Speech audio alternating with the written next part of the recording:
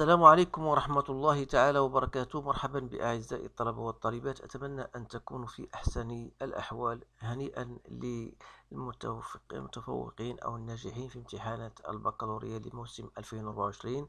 وبالنسبة للذين لم يحالفهم الحظ، أتمنى لهم التوفيق في السنة المقبلة. إذن على كل، فاليوم سأقترح عليكم بعض المواضيع المتعلقة لكونكور النزول عند رغبة بعض الطلبة.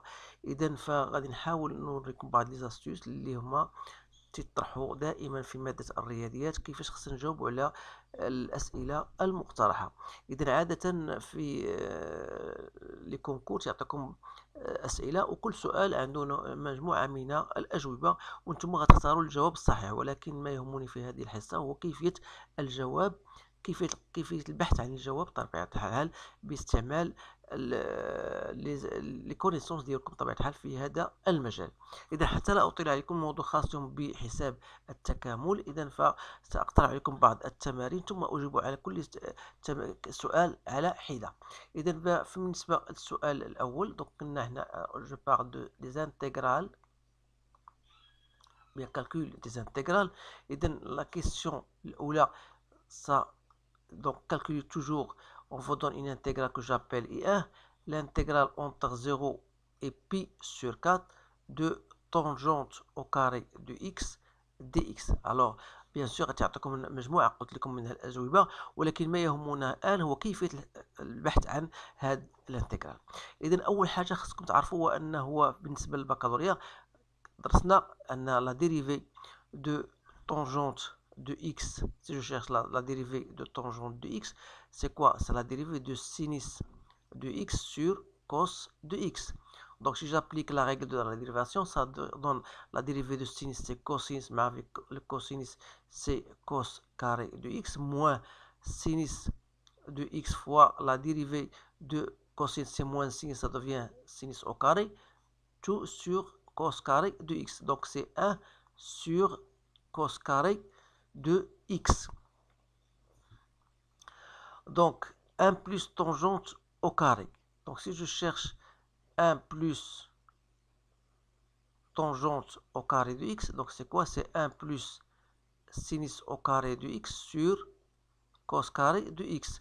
Donc ça donne cos carré de x plus sinus au carré de x sur cos carré de x. Donc c'est quoi? C'est 1 sur cos carré de x. Donc vous remarquez que je peux dire donc que la dérivée de tangente de x n'est autre que 1 plus tangente au carré de x. Alors si je passe maintenant à l'intégration, donc j'aurai l'intégrale de ça, c'est-à-dire que lorsque je passe à l'intégrale, donc l'intégrale de ça, ce sera donc l'intégrale de tout ça. Alors ça va me donner tout simplement l'intégrale de la dérivée, c'est tangente de x. Donc ça sera donc l'intégrale de 1 plus tangente au carré de x dx. alors اذا احنا عرفنا هاد الامور هذه، دونك غادي نستعملوا هاد المساله هذه هي اللي غادي تعطينا الجواب ديال هاد السؤال. autrement dit donc I1 n'est autre que l'intégrale entre 0 et pi sur 4 de tangente au carré de x. C'est bien ça. Donc si j'ajoute ou bien je retranche, ça sera toujours la même chose. Donc si j'ajoute un 1 et je retranche de la même manière 1, ça reste toujours la même. Donc ici, j'arrive à, connaissant l'intégrale de tangente au carré, donc c'est l'intégrale entre 0 et pi sur 4 de 1 plus tangente au carré de x dx. Et me reste l'intégrale entre 0 et pi sur 4 de dx. Alors, connaissant bien sûr l'intégrale de 1 plus tangente au carré, c'est la dérivée, l'intégrale tangente de x qui n'est autre que tangente de x. Donc, je vais ici faire c'est tangente de x entre 0 et pi sur 4, moins x entre 0 et pi sur 4. J'ai dit que l'intégrale de tangente prime de x n'est autre que tangente de x. Bien sûr, lorsque je parle je ne parle pas de constante, bien d'abord je vais plus une constante. Ici, il suffit de remplacer x par pi sur 4. Alors, tangente de pi sur 4, c'est 1, moins tangente de 0 est égal à 0. Il me reste tout simplement x entre 0 et pi sur 4, donc c'est pi sur 4. Donc voilà, donc la réponse de ce texte. Donc on aura I1 donc est égal à 1 moins pi sur 4. Donc voilà comment on répond à ce genre de questions. Alors je vous propose maintenant une autre intégrale. Voilà, c'est la question 2. Donc toujours le calcul, je pose I2 égale l'intégrale entre moins 3 et 3 de racine de 9 moins x au carré dx. Alors ici, vous remarquez bien sûr qu'il s'agit d'une identité remarquable. Je peux l'écrire de la manière suivante. Entre 3 au carré moins x au carré dx. Alors il y a une chose qu'il faut bien connaître d'abord, avant d'aller plus loin, c'est lorsque vous avez une fonction, l'intégrale d'une fonction dx entre moins a et a, et lorsque cette fonction-là, elle est paire, je peux l'écrire comme étant C2, mais éliminer moins a, donc entre 0 et a de f de x dx.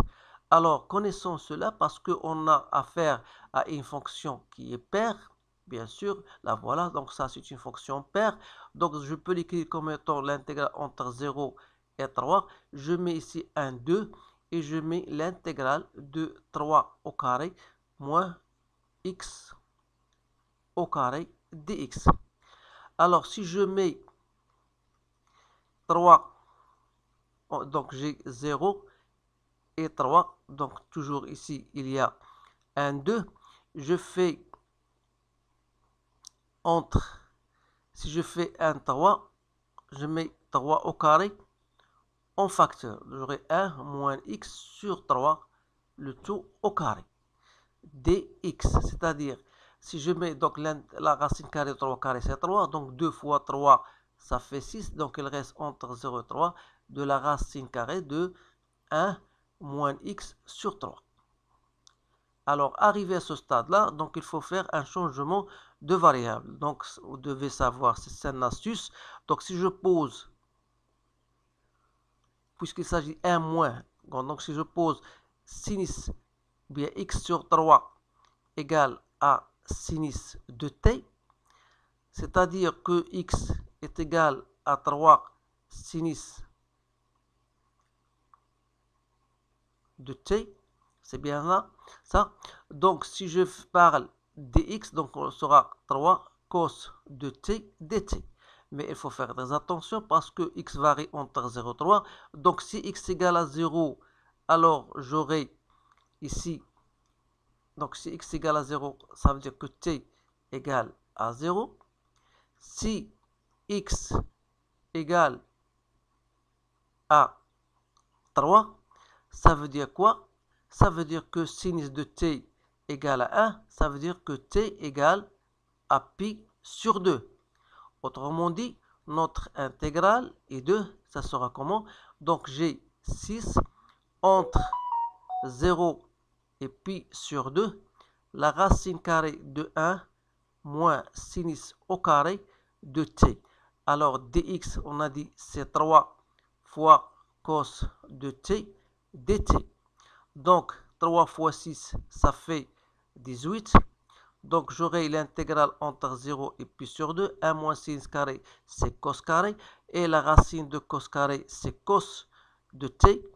Donc, puisqu'il est positif, donc cos de t fois cos de t, donc c'est cos carré de t dt. Alors, arrivé à ce stade-là, vous savez bien sûr, il y a une autre formule que vous devez savoir, c'est que cosinus carré de t est égal à 1 plus cos de t sur 2. Donc, on va donc appliquer cette astuce-là. Donc, on aura tout simplement I de égale à quoi? Égale, on a dit, vous avez ici 18 sur 2. Donc 18 sur 2, donc il me reste 9. Donc je vais écrire directement, donc 9. il reste l'intégrale entre 0 et 3, 1 plus cosinus de 2t dt. Alors, vous savez que, voilà, 9. Donc, l'intégrale de 1 dt, c'est t, plus 1 demi, parce que l'intégrale de cos de ax, c'est 1 sur a, donc c'est 1 demi, chose que vous devez savoir et apprendre en même temps. Donc, il me reste entre 0, pardon, ici j'ai pi sur 2, entre 0 et pi sur 2. Donc, c'est bien ce que j'ai mis tout à l'heure, donc entre 0 et pi sur 2, c'est bien ça. Donc, il suffit donc de remplacer. Donc, vous aurez 9 fois. Donc, lorsque je remplace t par pi sur 2, ici pi sur 2, donc si je remplace par 0, donc 9 pi sur 2. Voilà. Donc, voilà I2. Donc, je vais l'écrire. Donc, I2 est égal à 9 pi sur 2. Donc, voilà. Ça, ce sont des astuces que vous devez quand même les apprendre. Il y a d'autres intégrales. Donc, je propose la troisième intégrale. Donc, vous allez chercher, on l'appelle E3. Donc, intégrale entre 0 et pi sur 2, cos de x sur cos de x plus sinus de x dx. Alors, ce genre d'intégrale, vous ne devez pas les résoudre soit par intégration par partie, les méthodes que vous connaissez tous en la baccalauréat, mais ici, il faut faire autre chose. Donc, ça, c'est une astuce que vous devez quand même apprendre. Donc, je vais poser cette intégrale I3. Donc, je vais poser J, je l'appelle J3 si vous voulez. Donc, l'intégrale entre 0 et pi sur 2, chose qui va compléter cette intégrale. Donc, si je mets sinus de x sur cos de x plus sinus de x dx. Pourquoi j'ai fait cela? Tout simplement pour dire que lorsque je vais faire la somme de ces deux intégrales, j'aurai tout simplement l'intégrale entre 0 et pi sur 2, cos de x plus sinus de x, donc ça sera l'intégrale de dx. Alors l'intégrale de ça demande pi sur 2, c'est très facile. Alors si je fais maintenant la somme de I3 moins J3, ça sera donc l'intégrale entre 0 et pi sur 2, cos de x moins sinus de x sur cos de x plus sinus de x dx. Alors, ça, vous pouvez l'écrire autrement. Vous pouvez remarquer que n'est autre que la dérivée du dénominateur, voilà, sur cos de x plus sinus de x dx. Alors, un rappel, c'est que lorsque vous avez l'intégrale d'une fonction de type u' sur u, c'est ln de la valeur absolue de u plus une constante. Alors, si j'applique cela, donc ça sera donc l'intégrale entre 0 et pi sur 2, ln de la valeur absolue de cos de x plus sinus de x. Tout simplement entre 0 et pi sur 2. Donc, si vous remplacez par pi sur 2, vous aurez toujours ln de 1 égale à 0. Donc, ça donne 0. Donc, vous avez donc deux choses. C'est un système. Donc, vous avez I3 plus J3 est égal à pi sur 2. Et vous avez la différence entre les deux égale à 0. Donc, ça veut dire que I3 est égal à J3. Donc, si vous remplacez ici dans la première système, donc vous aurez tout simplement 2I3 est égal à pi sur 2 avec I3 égale à J3. Donc, c'est-à-dire que I3 est égal à J3, donc est égal à pi sur 4. Donc, voilà, on a donc obtenu que la réponse que cette intégrale n'est autre que pi sur 4. Alors, je vous donne le dernier exemple concernant les intégrales. Donc, soit à calculer l'intégrale que j'appelle I4 de 0, 1, ln de x plus racine de x carré plus 1 dx. Alors ici, si je vous donne ou propose l'intégration par partie, donc vous allez poser u égale à ln de x plus racine de x carré plus 1, et vous allez poser v' est égal à 1. Alors, il faut chercher d'abord U'. Ln de U, c'est U' sur U. Voilà. Donc, la dérivée de x, c'est 1, plus 2x sur, donc je la fais directement, sur racine de x au carré plus 1. Sur x plus racine de x carré plus 1. Donc, si je mets au même dénominateur, donc j'aurai ici x carré plus 1 et je vais faire descendre cette racine carrée. Donc, x carré plus 1, facteur de x plus racine de x carré plus 1. Donc, vous remarquez qu'il y a une simplification à faire. Donc, il reste tout simplement 1 sur racine de x carré plus 1. Donc, ça veut dire tout simplement que U' donc, est égal à 1 sur racine de x carré plus 1 et que V égale à x. Alors, I4, ce sera donc U fois V, soit x ln de x plus racine de x carré plus 1 entre 0 et 1 moins l'intégrale entre 0 et 1 de U' fois V, c'est-à-dire x sur racine de x au carré plus 1 dx. Alors ici, vous pouvez remarquer autre chose. Donc, il faut, si je multiplie ici par 2 et je divise par 2, pourquoi j'ai fait cela? Parce que vous savez que l'intégrale, ça c'est un rappel, de l'intégrale de U' sur 2 racines de U, ça donne racine de U, plus une constante. Alors, je vais appliquer cette propriété. Donc, c'est-à-dire que I4, lorsque je vais remplacer par 1, ça donne 1 plus racine de 2. Donc, c'est ln de 1 plus racine de 2. Moins, donc, ça donne quoi? Ça donne racine de U. Ça donne racine, donc, oui, c'est bien, racine de U. Donc, avec U', donc U' sur 2 racines de U. Donc, avec U', c'est quoi? C'est x carré plus 1. Donc, voilà, ça donne racine de x carré plus 1 entre 0 et 1.